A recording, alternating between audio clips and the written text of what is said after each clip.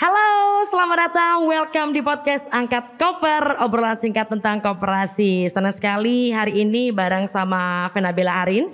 Mau langsung menyapa juga sudah gabung di sini ada Ibu Helen. Selamat, apa kabar Ibu Helen? Alhamdulillah Mbak Arin, alhamdulillah sehat. Alhamdulillah sehat Bu Helen ya. Semangat Bu Helen pastinya. Tetap semangat. Tetap semangat, harus wajib. Dan juga mau menyapa Arin, di sebelah Bu Helen sudah ada Bapak Sinar. Pak Sinar, apa kabar?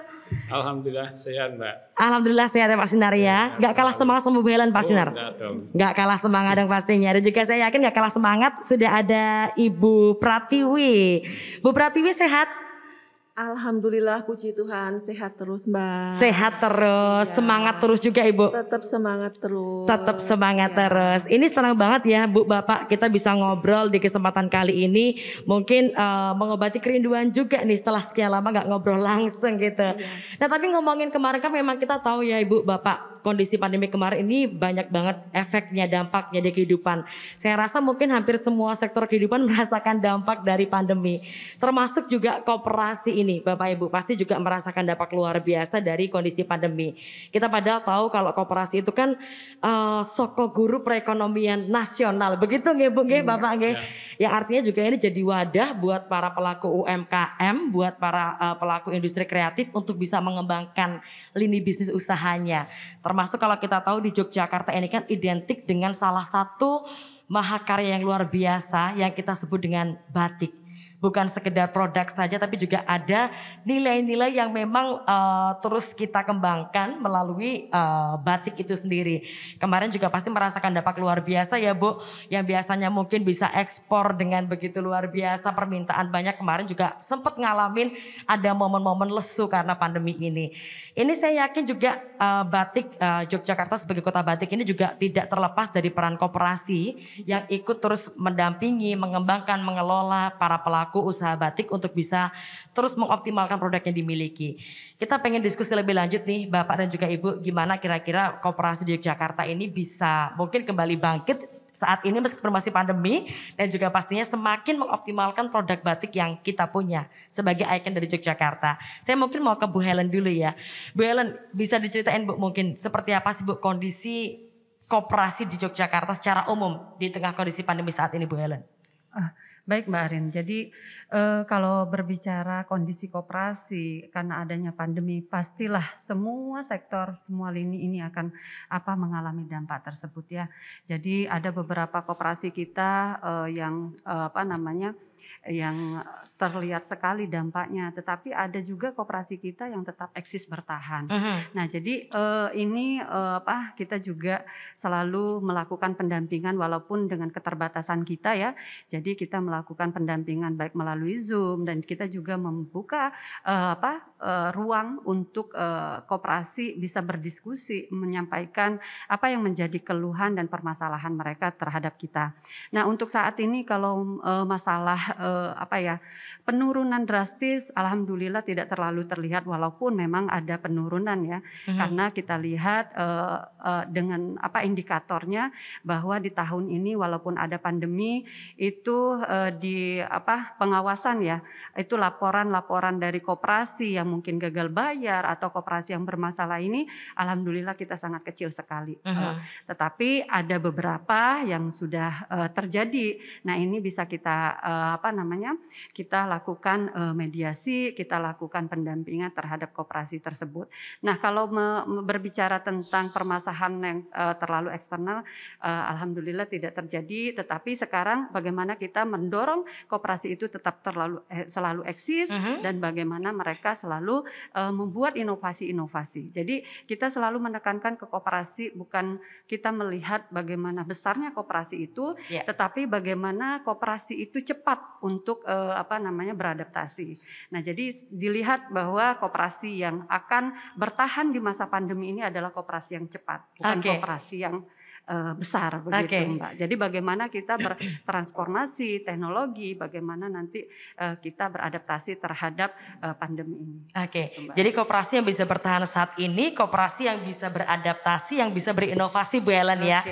Baik, ini saya mau ke Bu Pratiwi sekarang yang mungkin di lapangan terjun langsung Bu Pratiwi ya. Gimana Bu upaya adaptasi inovasi apa juga dilakukan sama teman-teman di Koperasi Java Paramaniaga, Bu? Iya,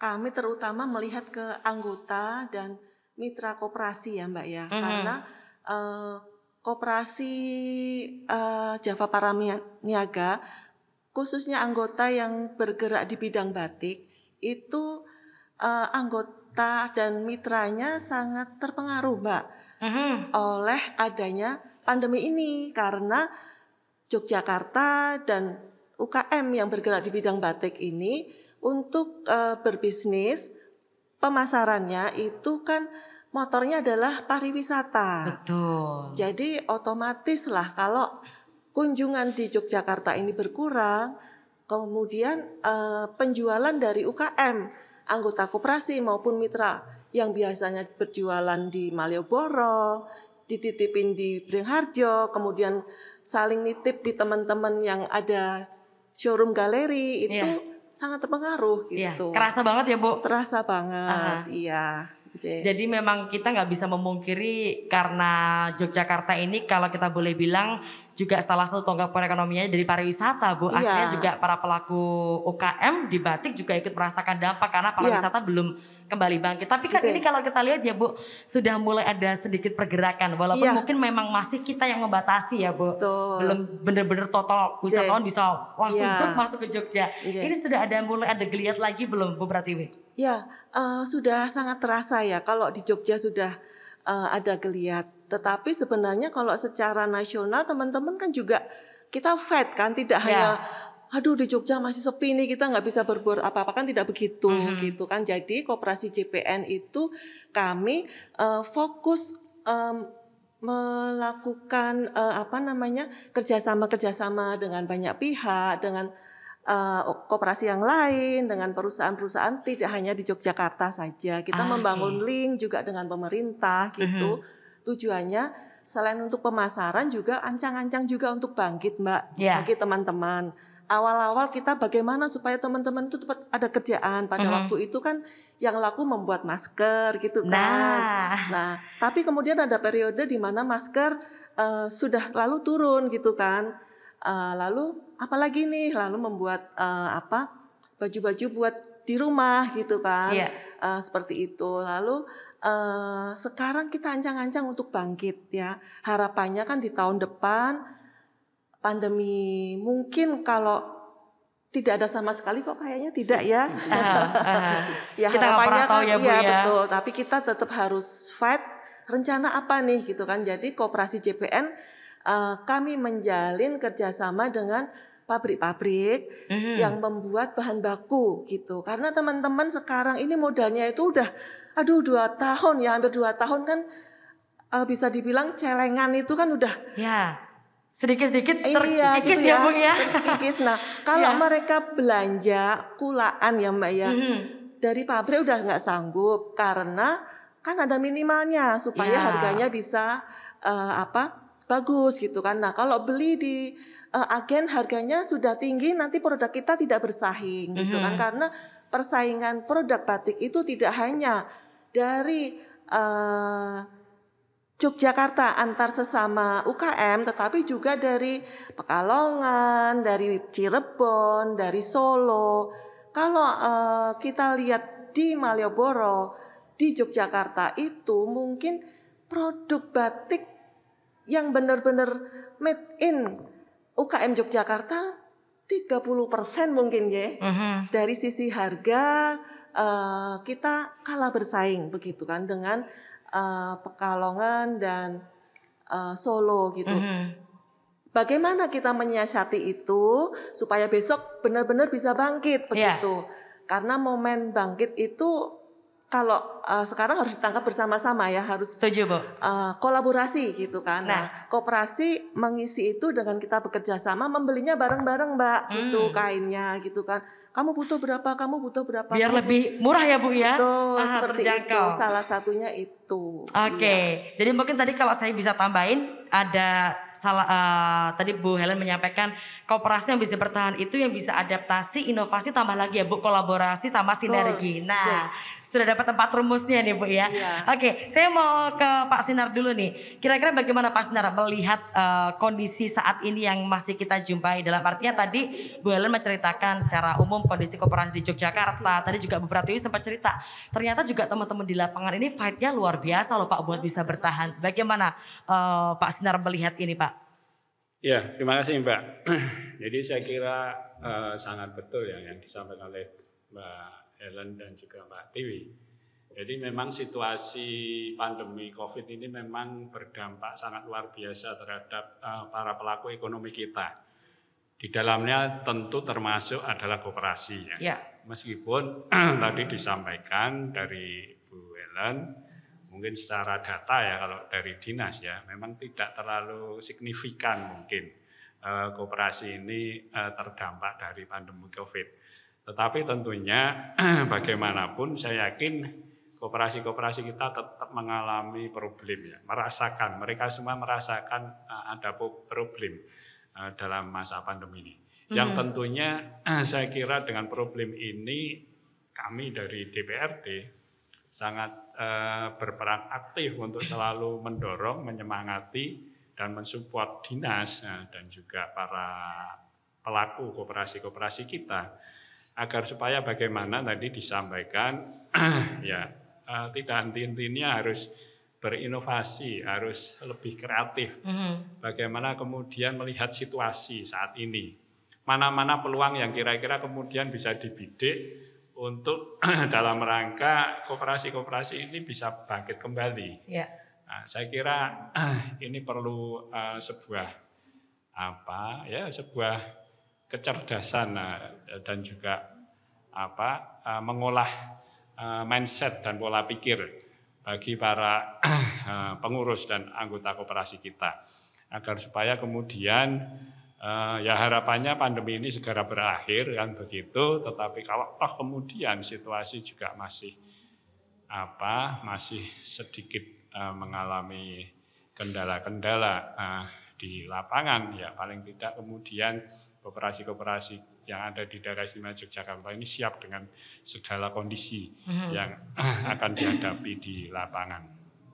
Dan dinas saya kira juga perlu untuk selalu berperan aktif, terjun ke lapangan, menginventarisasi persoalan, dan kemudian melakukan pendampingan dan kemudian ya akhirnya solusi lah tentu dari pemerintah daerah dalam ini dinas koperasi dan UMKM yang kemudian harus menjadi solusinya problematika koperasi kita di daerah istimewa Yogyakarta ini. Saya kira itu Mbak. Artinya kembali lagi ke sinergi tadi ya Pak Sinar ya, itu perlu banget.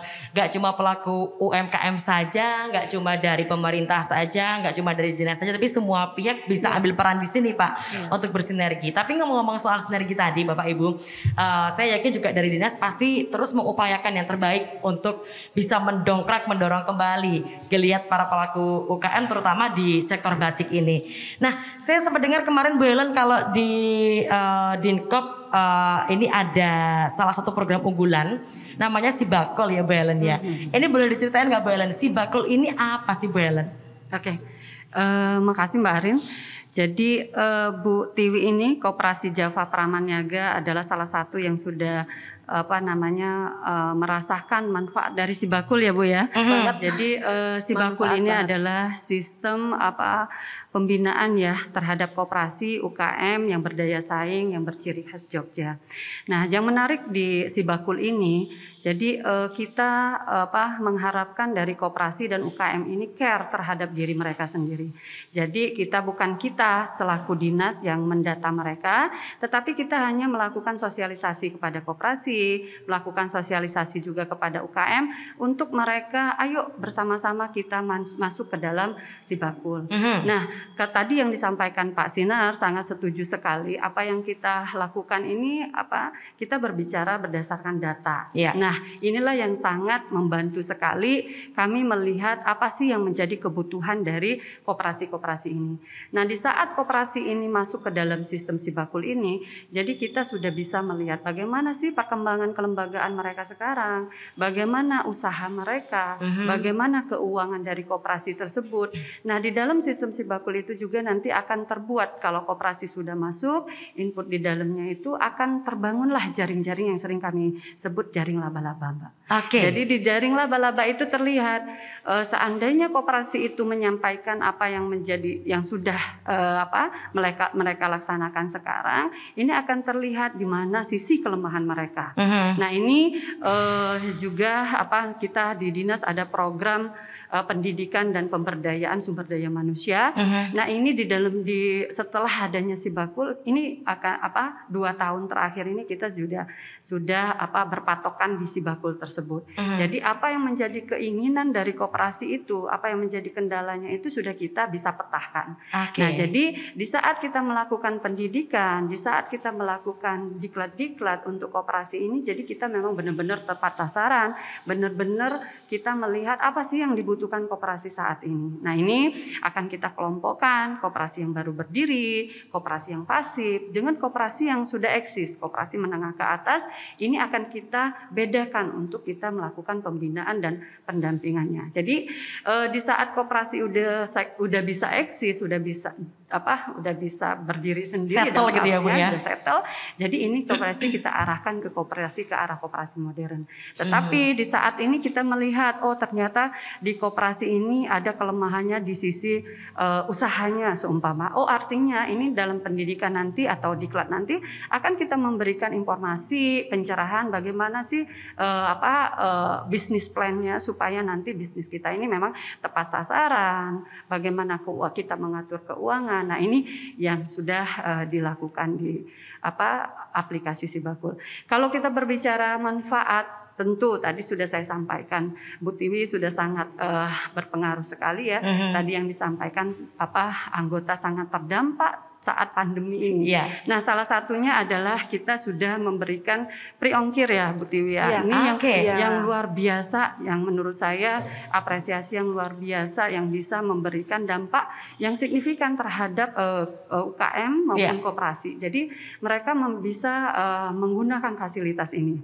Jadi bukan hanya ongkos kirim ini di daerah DIY saja, di luar DIY, bahkan sekarang kita sudah memfasilitasi ke luar negeri ya, Bu Tiwi ya. Nah, alhamdulillah ini sudah peningkatan perputaran ekonomi itu sampai 7 kali lipat ya, Bu Tiwi, bisa kita lihat dan bisa kita rasakan. Nah, bagi koperasi apalagi sih manfaatnya? Nah, ini bagi koperasi manfaatnya ini juga mereka bisa melihat perbaruan ya, apa sih yang menjadi informasi-informasi yang dibutuhkan dari koperasi tersebut. Nah, jadi kalau UKM, bagaimana sih produk ini bisa di packaging, kemasan yang bagus itu seperti apa, terus bagaimana lisensinya, informasi-informasi dinas juga akan kami sampaikan di situ.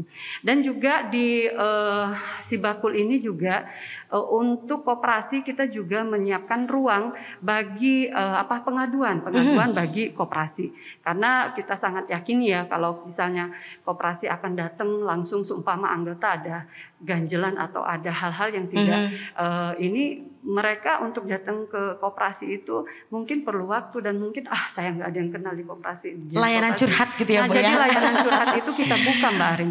Nah, di saat koperasi itu menyampaikan keluhan mereka, ini langsung kita tanggapi. Jadi kalaupun ini bisa kita tanggapin, kita lihat seberapa urgennya permasalahan ini.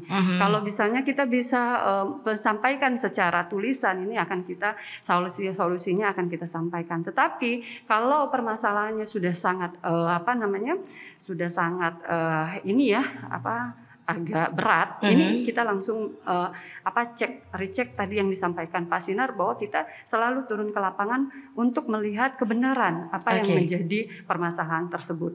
Dan juga kita kita memberikan pengamanan bagi pelapor. Jadi tidak kita publikasikan. Ya, rahasia dijamin ya Bu ya. Rahasia dijamin. Tetapi juga ini karena yang melapor ini harus bertanggung jawab. Di situ juga kita harus mengapprove bahwa mereka juga harus menyampaikan KTP, identitas pribadi mereka.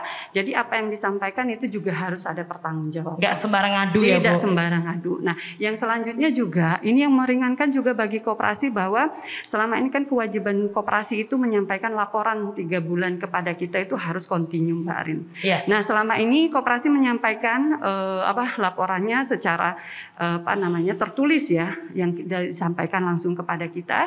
Tapi sekarang ini kita sudah bisa disampaikan melalui Sibakul dan sistem digitalisasi lah. Secara tidak langsung kita sudah mengenalkan kepada koperasi-koperasi ini bahwa mereka harus bertransformasi. Jadi mereka bisa menyampaikan laporan itu dan kita juga bisa melihat kondisi koperasi saat ini dari laporan-laporan tersebut. Jadi luar biasa dampaknya bagi kami juga apa yang kami lakukan juga errornya tuh saya rasa walaupun dalam aplikasi ini banyak sekali ya penyesuaian yang harus kita sesuaikan juga dengan koperasi. Nah jadi setiap tahun ini juga ada penyesuaian juga Mbak Arin. Ada evaluasi ya Bu ya? Ada evaluasi. Jadi ada penyesuaian kebutuhan apa yang dibutuhkan dari koperasi ini akan kita sesuaikan di sistem tersebut. Jadi ini prinsipnya kalau saya boleh bilang sama seperti koperasi juga Bu ya, dari anggota untuk anggota, dari anggota oleh anggota untuk anggota. Iya, Sibakul ini artinya juga tadi mewadahi apa yang jadi keluhan anggota, nanti juga mungkin dikelola sendiri juga oleh anggota, termasuk juga manfaatnya dirasakan oleh anggota koperasi itu sendiri ya Bu. Saya tertarik juga tadi Bu Helen sempat menyampaikan Bu Tiwi sudah merasakan manfaat dari Sibakul ini. Boleh cerita Bu Tiwi bagaimana mungkin para anggota koperasi dari JPN ini merasakan manfaat dari Sibakul? Mungkin terlebih untuk para pelaku sektor batik Bu Tiwi. Iya. Itu sangat kami rasakan ya Mbak di masa pandemi dan sebelumnya gitu kan, karena ya terutama di masa pandemi ini kalau bisa kami sampaikan dengan jujur itu order dan sebagainya itu kan dari banyak dari pemerintah Mbak gitu. Nah dengan kita itu menjadi anggota terdaftar di Sibakul, kemudian di Market Hub, itu koperasi maupun UKM akan berada di radarnya pemerintah gitu kan. Di jaring laba-laba tadi ya Bu. Iya, jadi kalau ada order, ada informasi, kita dapatnya cepat sekali gitu. Nah itu kan tergantung juga dari UKM maupun koperasi supaya proaktif, karena kan hanya menjadi anggota Sibakul lalu selesai tidak melakukan apa-apa juga nggak ada gunanya gitu kan. Tetap kita harus proaktif gitu, datang kemudian bertanya atau memantau ya gitu. Sejauh ini Bu Tiwi, manfaat apa yang paling dirasakan? Tadi mungkin juga disampaikan ternyata Sibakul ini bisa kasih gratis ongkir juga Bu ya. Tadi disampaikan ternyata nggak cuma dalam kota saja, bahkan ke luar negeri Bu. Diceritakan boleh Bu Tiwi. Jadi koperasi JPN itu juga salah satu yang sangat merasakan dari manfaat free ongkir ke luar negeri ini. Kami bekerja sama dengan Kadin, melakukan ekspor ke Amerika gitu kan, juga atas support dan fasilitasi free ongkir dari dinas ya gitu, dan bahkan difasilitasi untuk kurasi. Kami mengajak UKM-UKM yang tidak hanya anggota JPN tetapi seluruh DIY gitu. Untuk saat ini memang baru home decor saja gitu kan, karena program kami ini baru berjalan 5 bulan begitu, dan waktu kami sampaikan ke dinas ternyata luar biasa sekali responnya. Yang dulunya free ongkir itu baru di Yogyakarta, kemudian melangkah ke DIY ke Indonesia ya. Awalnya kita hanya ke Amerika saja untuk free ongkir, tapi sekarang sudah kemana saja di mana kita mau berjualan begitu. Lebih luas cakupannya ya Bu ya. Wah ini bisa juga jadi solusi. Biasanya karena saya sebagai pembeli nih Bu, pasti mikir ongkirnya mahal nggak ya ini ya. Ternyata ini bisa memberikan kemudahan juga ya Bu ya. Membuat produk kita kan menjadi lebih berdaya saing begitu Nah, kan. itu dia. Kalau di luar negeri mungkin produk Cina lebih murah gitu kan. Dengan adanya free ongkir kita bisa lebih percaya diri gitu kan. Betul. Gitu. Artinya jadi jembatan ya Bu antara Betul. konsumen dan juga produsen. J. Saya juga kayaknya harus memanfaatkan ini Bu ya. Nah, karena benar banget Bu, ternyata juga dengan adanya free ongkir ini saya rasa jadi salah satu dorongan bagi pembeli, konsumer untuk bisa mengkonsumsi produk-produk yang kita punya ini Bu. Jadi salah satu solusi juga biar kita wah lumayan ini mumpung free ongkir gitu Bu, ambil belanjanya gitu ya. Oke, nah kira-kira mungkin dari Pak Sinar ada nggak Pak mungkin dari legislatif dukungan mungkin terkait dengan kebijakan atau mungkin regulasi yang bisa mensupport apa yang sudah dilakukan oleh dinas dan juga pastinya apa yang menjadi harapan dari pelaku UKM sendiri Pak Sinar? Ya, saya kira kalau kami ya di DPRD tentu apapun yang kemudian sudah menjadi programnya dinas, pemerintah daerah dalam hal ini dan itu betul-betul memberikan manfaat dan nilai tambah bagi koperasi UMKM kita. Ya kami tentu akan terus support, dorong kan begitu. Dan juga mungkin kami juga tentu karena sering di lapangan, sering menerima keluhan-keluhan, masukan-masukan dari para pelaku, kami juga tentu akan menyampaikan ide-ide dan gagasan-gagasan baru yang mungkin dalam situasi pasca pandemi ini dibutuhkan oleh para koperasi dan UMKM kita. Ya, salah satu contoh umpamanya mungkin perlu juga ini menjadi pemikiran bagi dinas koperasi dan UMKM karena ini kan temanya koperasi dan sangat berkaitan erat dengan batik ya. Saya kira akan juga jauh lebih efektif mengangkat para pelaku usaha batik kita. Kalau kemudian dinas koperasi ini juga lebih fokus untuk berperan aktif bagaimana memberikan sosialisasi terkait dengan perkoperasian bagi para pelaku usaha batik kita yang kemudian arahnya para pelaku usaha batik ini bisa terorganisir dalam sebuah wadah koperasi khusus anggotanya para UMKM batiknya sehingga kalau kemudian ini terorganisir dengan baik, saya kira kemudian akan ada semacam klasifikasi produk-produk tertentu yang dilegalkan dalam bentuk wadah koperasi.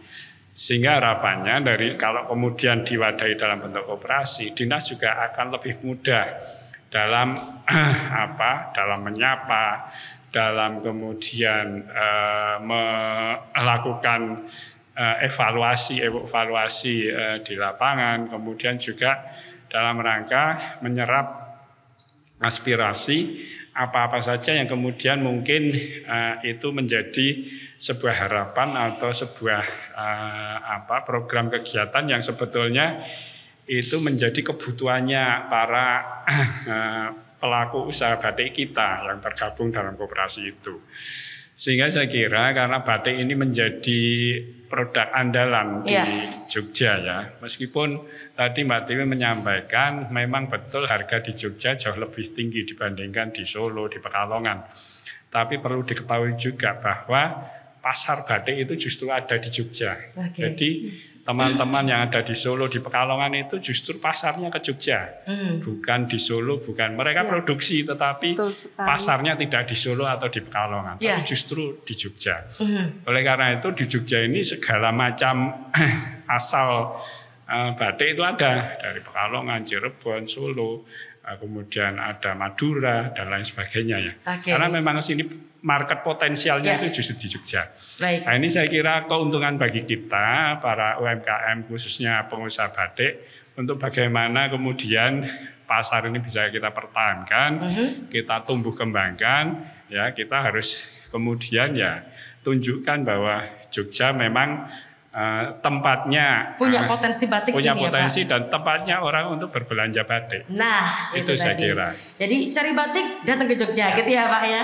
Oke, nanti kita lanjutin setelah ini Bapak Ibu ya, biar kita lebih kenal deket juga tadi sama si Bakul. Kita mau lihat dulu nih jingle dari si Bakul.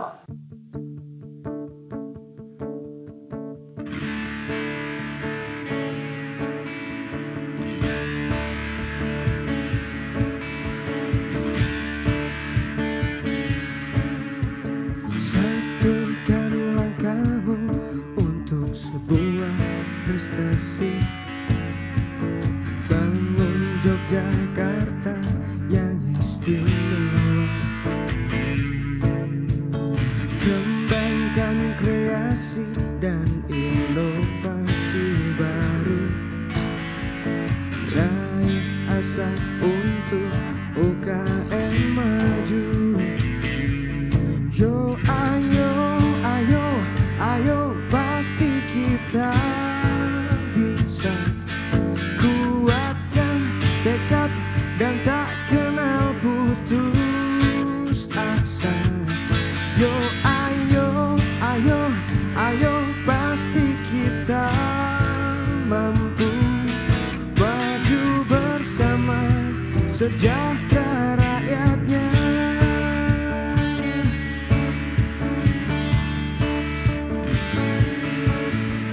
Sayang kita semua bersatu, samakan visi, satukan tekadmu untuk terus berkarya. Berhimpun dalam koperasi, kuatkan diri, ekonomi pasti tumbuh bersama. Yo ayo, ayo, ayo, pasti kita bisa. Kuatkan tekad dan tak kenal putus asa. Yo ayo, ayo, ayo, pasti kita mampu maju bersama sejahtera rakyatnya. Yo ayo, ayo, ayo, pasti kita bisa. Kuatkan tekad dan tak kenal putus asa. Yo ayo, ayo, ayo, pasti kita mampu. Dengan si baku UKM naik kelas, dengan si baku koperasi tetap jaya. Pastikan kita memang istimewa.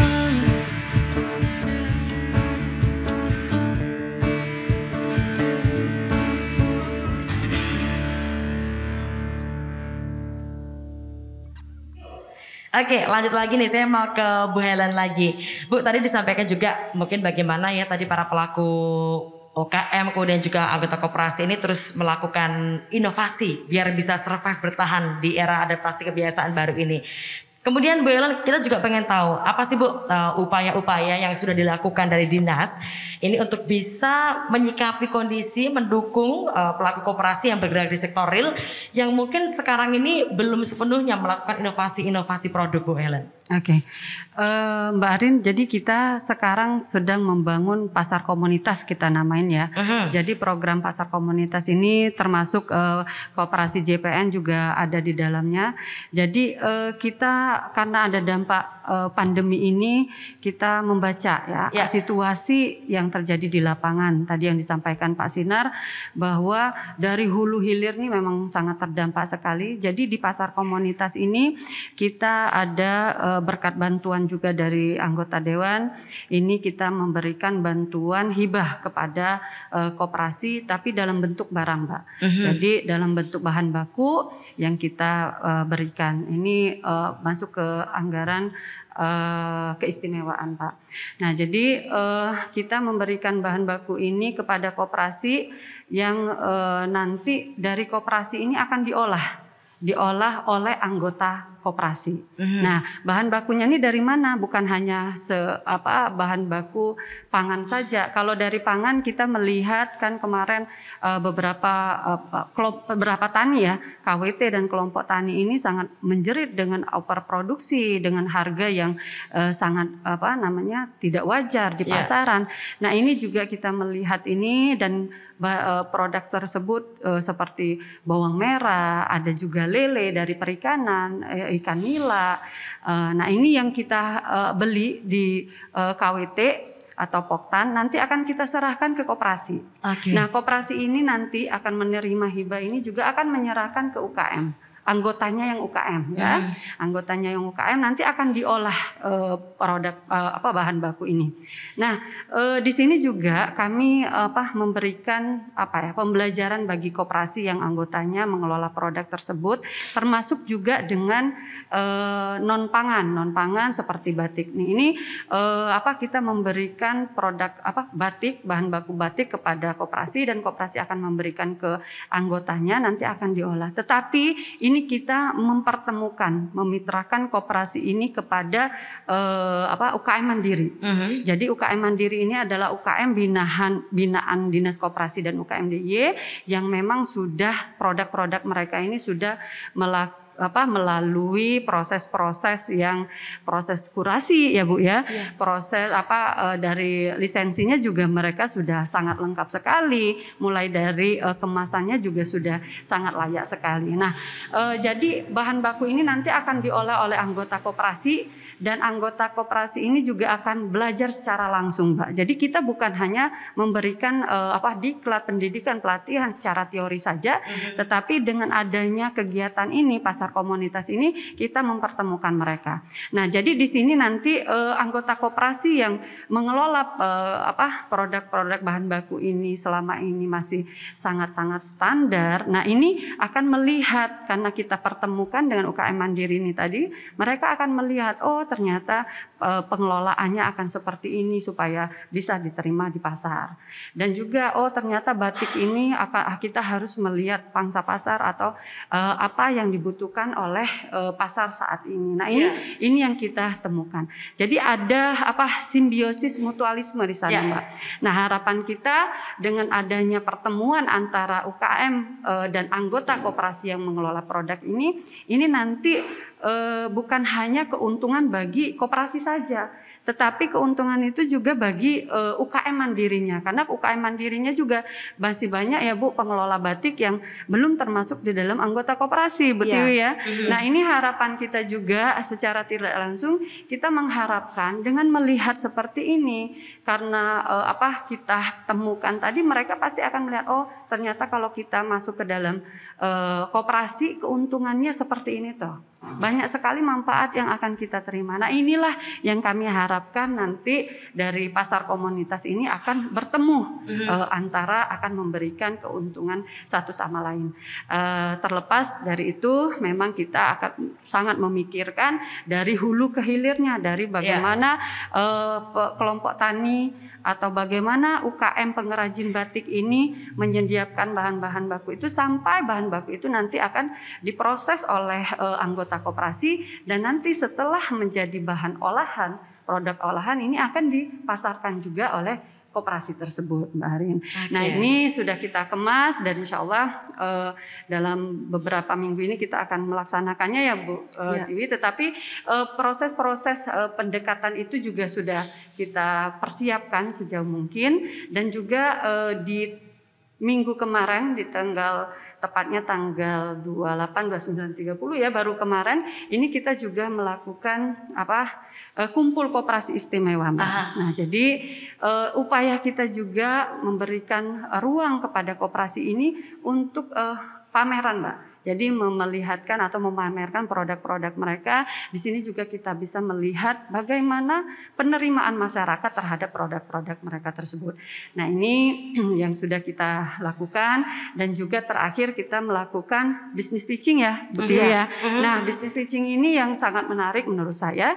Jadi koperasi kita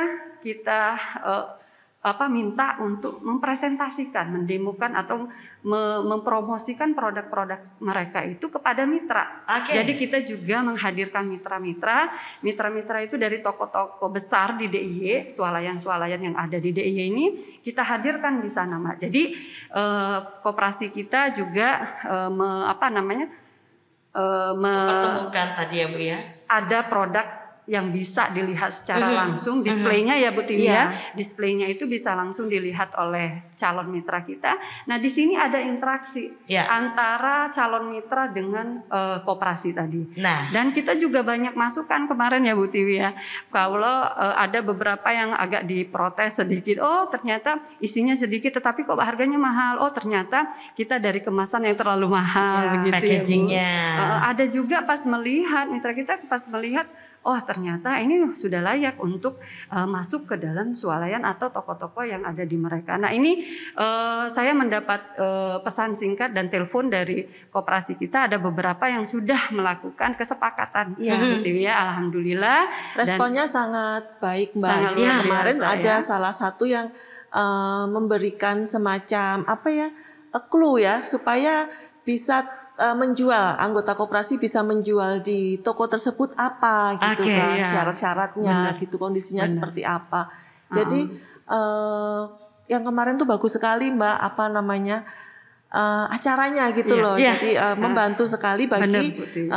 para anggota koperasi maupun koperasi yang mungkin mereka ada di Gunung Kidul, sementara Mungkin kan kalau bingung mau dipasarkan penjualannya di mana sini, gitu iya, ya, Bu, betul ya? sekali. Begitu dibawa ke Jogja, kemudian dipertemukan dengan swalayan yang kebanyakan kan memang ada di kota Yogyakarta. Ketemu targetnya nih. Betul Benar. gitu. Benar Oke, sekali. oke. Jadi ini introspeksi juga bagi Betul. koperasi yang mungkin kemarin nggak lulus seleksi belum masuk ke dalam toko mereka ya Bu. Oh, Tetapi iya. sebagian besar ini sudah bisa diterima. Dalam Iya. artian karena kita ini beda dengan UKM ya Mbak. Iya. Kalau UKM ini kan berdiri sendiri ya Bu. Iya. Bisa kita lihat oh ternyata bisa kita hitung berapa sih UKM yang mengelola batik, berapa UKM yang mengelola pangan olahan. Tetapi kalau di dalam koperasi karena ini ada koperasinya kalau dia pengelolaan artinya adalah koperasi sektoril. Nah, di sini di dalam koperasi sektoril seperti Bu Tiwi, koperasi JPN ini bukan hanya anggotanya bergerak di dalam distribusi atau pengelolaan batik saja ya Bu, ada pangan olahan juga. Nah, ini tetapi konsep pembinaan, konsep bagaimana kita melakukan pendekatan, program yang kita lakukan ini sama Mbak. Ya. Jadi semua aspek bukan hanya kepada batik saja, tetapi semua produk ini kita upayakan untuk bisa berinovasi, bisa maju dan bisa memperluas pemasaran mereka. Artinya kalau saya boleh bilang Bu Ellen bekalnya ini betul-betul dari hulu ke hilir ya Bu ya. Iya, Dari konsepnya. bahan baku, bagaimana knowledge untuk melakukan pengolahan terhadap bahan baku tersebut sampai mungkin tadi dipertemukan dengan pasarnya, dengan bisnis matching itu tadi ya Bu. Dan ternyata juga ini dirasakan luar biasa oleh Iya. para anggota koperasi. Ternyata manfaatnya betul-betul kerasa ya Bu Tiwi ya. Mungkin boleh diceritakan Bu Tiwi bagaimana kemarin akhirnya para pelaku UKM mungkin anggota koperasi merasakan dampak luar biasa dari adanya upaya tersebut, termasuk mungkin juga kalau saya boleh tahu nih Bu Tiwi, pastikan juga adanya usaha itu nggak terlepas dari program pemasaran Bu Oke, Tiwi. betul. Termasuk tadi kan sebenarnya bisnis matching ini juga upaya dari pemasaran itu Bu Tiwi Iya. ya. Ada nggak Bu Tiwi mungkin dari koperasi JPN ini strategi pemasaran tertentu yang sampai saat ini masih terus dilakukan Bu Tiwi? Ya, sekarang memang saatnya kita harus memikirkan ulang strategi yang dulu kita punya, sekarang apakah masih cocok dengan situasi saat ini gitu Iya. kan. Juga strategi untuk desain produk gitu kan. Seperti pada waktu bisnis matching kemarin ya, bisnis pitching itu, begitu kita ketemu dengan salah satu toko swalayan misalnya, kemudian kita akan dihadapkan kepada kondisi di mana oh segmen saya seperti ini, barang saya yang laku adalah yang misalnya maksimal 150.000. Jadi Oke. UKM kan tidak bisa hanya sekedar membuat saja, dia harus menyesuaikan dengan toko di mana dia akan menjual barangnya gitu kan. Kalau misalnya harganya saya maksimal 150.000, jadi bagaimana saya bisa mendesain produk supaya bisa masuk ke Pasar ke toko tersebut. itu, iya, dan Oke. sukses seperti itu. Jadi memang untuk berjualan kita tidak hanya untuk berbisnis kita tidak hanya bisa memikirkan produksi saja, tetapi produksi harus memikirkan bagaimana supaya laku dijual gitu kan. Dan itu harus ada komunikasi dengan target market kita. Misalnya kalau kita sudah bisa menjalin link ya dengan toko, dengan apapun itu kita akan tahu input dari mereka yang kita butuhkan untuk mendesain produk gitu. Tahu permintaannya tuh seperti apa ya Bu Iya, ya. dengan Jadi kita tepat. paham produk apa yang harus kita buat Iya. biar bisa masuk ke target pasar tersebut. Iya, Termasuk untuk batik juga seperti itu Kak Bu Tiwi. Sekarang seperti itu Mbak, gitu kan. Karena daya belinya kan kita harus tahu bahwa daya beli masyarakat sekarang menurun ya di sebagian besar masyarakat. Karena dampak Kemudian, pandemi ini ya Bu. batik itu bukan kebutuhan pokok gitu Oke. kan. Jadi kita harus benar-benar tahu nih kalau pengen bisnis kita sustain, tetap bertahan di saat ini dan kemudian bangkit besok setelah pandemi berlalu, itu kita harus benar-benar paham apa yang bisa kita lakukan dan apa yang bisa mitra kita lakukan gitu kan. Harus benar-benar Matching itu tadi ya Bu ya. gitu ya. Bersinergi ya, Bu. Komunikasi yang baik dengan pelanggan gitu dan dengan calon pelanggan gitu. Oke, jadi jangan sampai juga kita idealis dengan produk-produk yang mau kita Betul buat, tapi sekali. ternyata tidak menjawab permintaan masyarakat Iya, gitu ya Bu iya, Tiwi ya. heeh. Dan ternyata dengan adanya upaya dari dinas tadi juga ini menjadi jembatan. Betul. Bagaimana para anggota koperasi ini akhirnya bisa ketemu sama jodohnya nih Bu, Iya. dengan permintaan yang memang dibutuhkan di lapangan. Oke Bu Tiwi. Nah mungkin dari Pak Sinar lagi nih Pak, gimana Pak? Kita kan tahu kalau Jogja ini sebenarnya potensi batiknya juga banyak banget ya Pak ya. Dari masing-masing kabupaten, kota ini punya ciri khas sendiri-sendiri potensi batik di daerah masing-masing. Ada nggak Pak Sinar mungkin upaya untuk bisa terus mengoptimalkan, mendorong para pelaku industri batik di Yogyakarta melalui potensi daerahnya ini bisa terus maju melalui potensi yang mereka miliki Pak Sinar? Ya, terima kasih Mbak. Jadi di Jogja ini kan cukup banyak ya sentra industri batik. Dan di Jogja ini saya kira juga tempatnya orang-orang yang punya daya kreativitas tinggi. Ya. Ya. Sehingga inovasi-inovasi batik di Jogja ini relatif sangat dinamis ya. Kemudian berbagai macam saya kira inovasi-inovasi batik, motif batik di Jogja ini. Yang kemudian itu kadang juga ditiru di daerah lain. Itu bahkan sebetulnya itu awalnya dari Jogja. Karena kita gudangnya orang kreatif. Oleh karena itu saya kira potensi ini harus terus digali, ditumbuh kembangkan, dan juga ya pemerintah harus kemudian hadir bagaimana selalu ada di tengah-tengah mereka.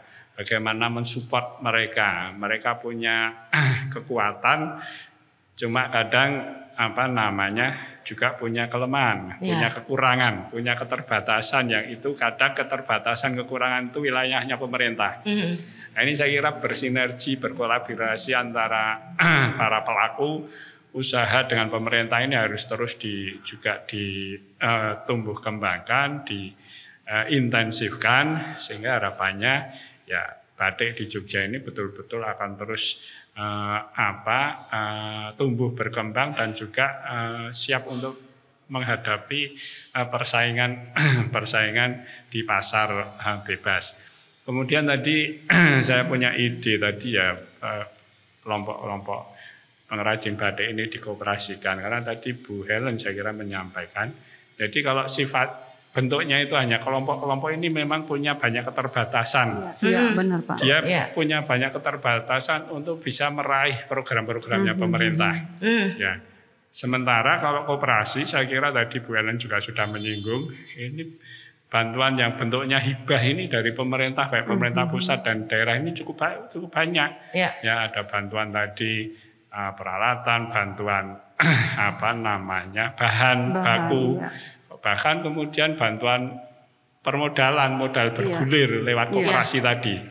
Nah harapannya dengan saya tadi menyampaikan ide gagasan para pengrajin batik kita ini diwadahi koperasi, saya kira di sini Bu Tiwi ini kan juga salah satu ketua asosiasi ya. Saya kira peran Bu Tiwi ini juga sangat penting untuk bagaimana kemudian teman-teman pelaku usaha batik ini bisa didorong ya Pak, dirangkul untuk diwadahi dalam bentuk koperasi. Dan saya kira tidak perlu kemudian harus jumlah banyak, tetapi kalau kemudian ada banyak koperasi-koperasi batik khususnya, karena tema hari ini batik ya, artinya juga tidak menutup kemungkinan komoditi industri kerajinan yang lain, tapi karena tema kali ini batik ya, bagaimana kemudian muncul koperasi-koperasi batik baru.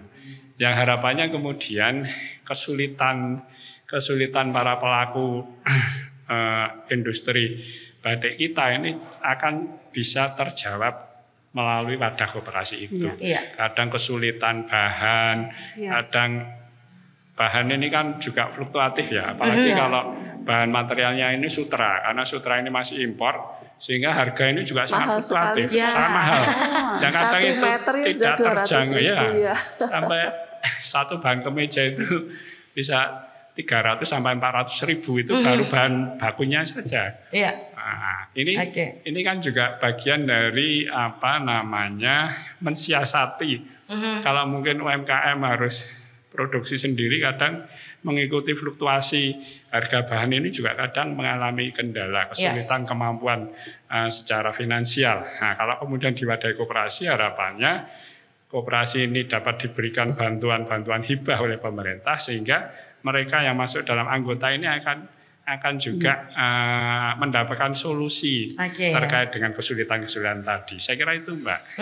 Jadi artinya harapannya ini bisa menjadi wadah untuk menemukan solusi dari kendala yang dijumpai oleh para anggota koperasi ini ya, Pak Sinar. Baik, mungkin singkat saja karena waktu kita terbatas, Bapak Ibu. Dari Bu Helen, harapan kedepannya seperti apa, Bu, untuk para anggota koperasi, terlebih di sektor batik yang kita terus dorong untuk bisa mengoptimalkan potensi yang dimiliki. Bu Helen, silakan. Baik Mbak Arin, jadi harapannya tadi sudah disampaikan bahwa kita terus harus berinovasi, kita harus tadi karena ini ya konsepnya lebih ke pemasaran ya, ini kita juga sudah ada modal bahwa Jogja itu adalah produk unggulannya ya batik gitu. Setiap wisatawan ke sini Pak itu kalau nggak beli batik itu kayaknya belum ke Jogja loh Mbak. Jadi itu ya belum buat diri dia sendiri, belum buat keluarga, belum buat kolega dan tetangga dan sahabat-sahabat mereka. Jadi luar biasa bagaimana mereka image-nya Jogja itu adalah batik. Walaupun tadi sudah disampaikan bahwa harganya kita masih kalah bersaing, tapi tetap pemikiran orang ini. Jadi ini adalah peluang besar yang memang harus kita kita ambil, dan bagaimana kita melakukan inovasi dari pemasaran, bagaimana nanti kita pemasarannya tadi alhamdulillah Bu Tiwi juga sudah sampai ke luar negeri. Bagaimana nanti pemasarannya juga kita melalui digitalisasi. Nah ini jadi bukan hanya karena pandemi kemarin kan pemerosotan banget ya Mbak untuk lapak-lapak kita atau toko-toko yang khususnya di Beringharjo, tapi kami sangat meyakini bahwa kita UKM ya, terutama anggota-anggota koperasi kita ini juga tidak kalah untuk gesit untuk mereka berkarya kayak itu. Apalagi tadi Pak Sinar juga menyampaikan bahwa inovasi orang-orang Jogja itu orang-orang yang pinter-pinter dalam artian menangkap peluang ya Pak Sinar ya. Jadi mereka juga sudah memasarkan ini secara online. Nah ini harapannya kita tetap lakukan inovasi yang selanjutnya tadi yang disampaikan Pak Sinar untuk supaya kelompok-kelompok batik ini nanti untuk bergabung ke dalam suatu lembaga yang kita sebut adalah koperasi. Nah ini adalah momen yang harusnya ditangkap oleh masyarakat dengan obrolan-obrolan kita ini. Oh ternyata banyak sekali sih manfaat kalau misalnya kita bergabung di dalam koperasi. Nah kami juga Pak Sinar sudah melakukan beberapa sosialisasi, sering banget kita melakukan sosialisasi, dan ini juga harapannya nanti supaya apa yang menjadi harapan kita ini akan diterima oleh masyarakat, terutama kelompok-kelompok batik tadi. Oke, disambut dengan baik oleh masyarakat ya Bu Helen. Terima kasih Bu Helen. Singkat saja Bu Tiwi, harapannya seperti apa ke depannya nanti? Iya, saya berharap ya pertama kepada para UKM batik sendiri ya, supaya menurut saya di situasi saat ini kita itu untuk bangkit harus kolaborasi. Untuk kolaborasi yang paling penting itu harus menurunkan ego gitu kan, harus bersama-sama gitu, tidak hanya untuk keuntungan sendiri gitu kan, memasarkan bersama-sama. Kalau dulu misalnya pameran gitu kan pada saat rame misalnya, kita berangkat sendiri-sendiri, bayar sendiri-sendiri, sekarang bisa sharing gitu kan, misalnya untuk 2 booth untuk berapa anggota gitu kan, supaya pemasarannya bisa lebih ringan, kita tetap bisa lincah, tetap bisa memasarkan.